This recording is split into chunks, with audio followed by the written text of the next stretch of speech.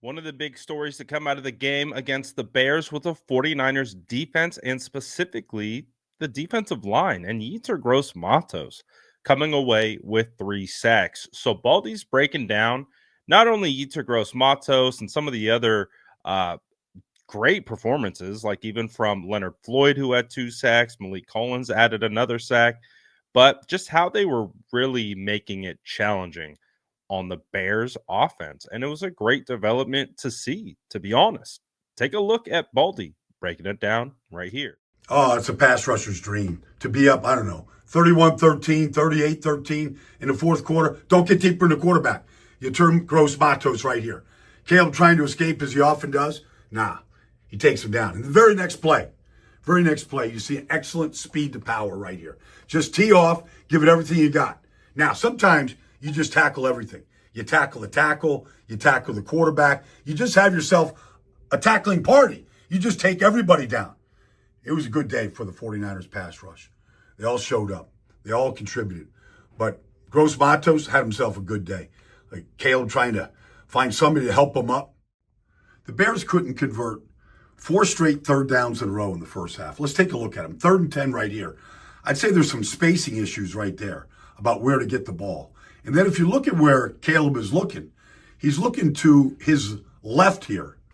I'm not sure exactly for who, but he's looking over there. There's nobody really there. I guess he's waiting on that crosser. By the time he sees DJ right here, it's too late. All right, he's already dropped his eyes. The sack is on. Now you get a 3rd and 7. You got to get to the 40-yard line. I don't know. Like, he's looking at this 2-receiver route down here, and San Francisco's got it sawed off. Like, maybe you should come right back here to DJ for the first down. But by that time, the rush gets home.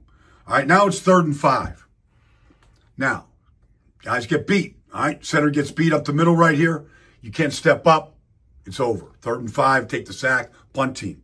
And then, but this is irritating because it's 24-0. There's a minute to go in the half. You need a first down. It's 3rd and 2. He's just hitched and thrown. Where is he supposed to go? It's 3rd and 2. Like, where's the 2-yard route? Where's the 2-yard answer? And Leonard Floyd gets home. That was an ugly offense right there. Ugly. And you don't convert third downs. You don't stay. I became a big fan of Yetur Gross-Matos after the San Francisco 49ers had signed him.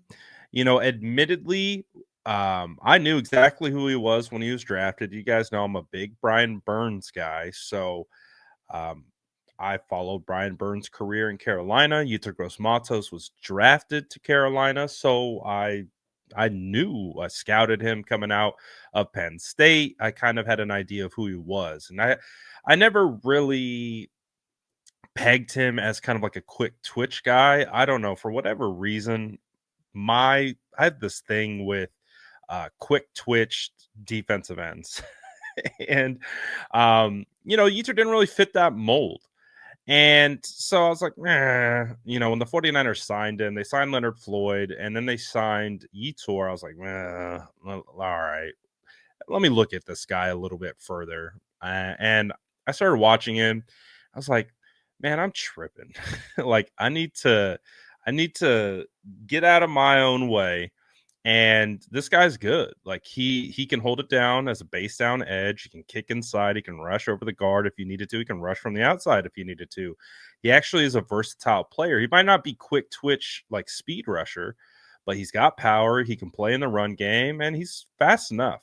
And so I really switched kind of my tune on him after they drafted, and I gave him a chance, and I let the tape speak to me, and it spoke to me. And I was like, all right, I think we got a good player. Now, he had been banged up, and he has been injured, and I think he's missed more time than he's actually played.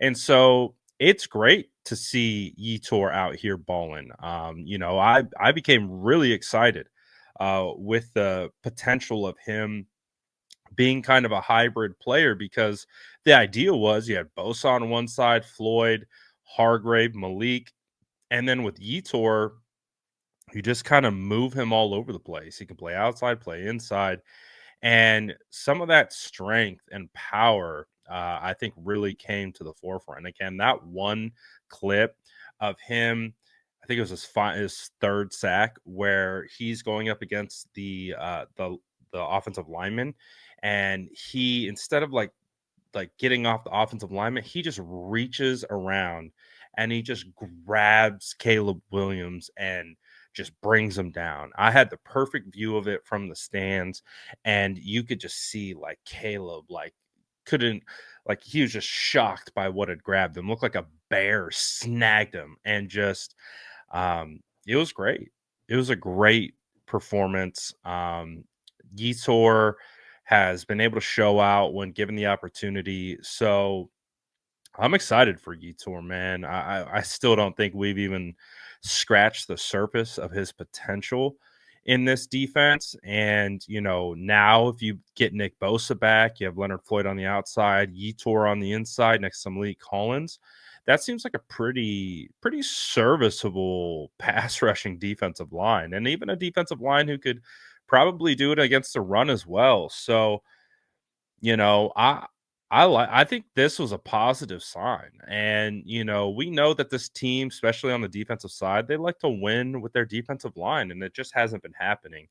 And with the emergence of Yetur, Leonard Floyd really stepping up with Nick Bosa being out, hopefully when Bosa gets back, it just kind of all keeps flowing together and the defense keeps taking these strides. And we saw how much different the defense looked with just having Talanoa Hufanga out there. And then you get Drake Greenlaw back in this game coming up against the Rams. That's going to change the complexion of the defense. And I think it could be a positive. Now, obviously,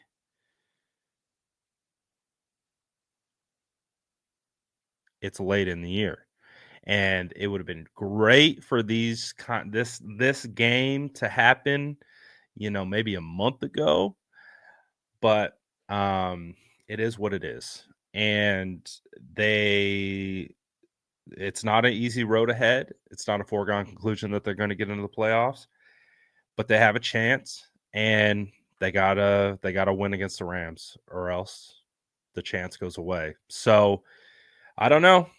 They at least built some quality momentum with this performance on the defensive side. I thought it was a great game. They just completely shut down the Bears for the most part. Outside, a really great throw to Adunze in the corner, and that one that was layered over the middle.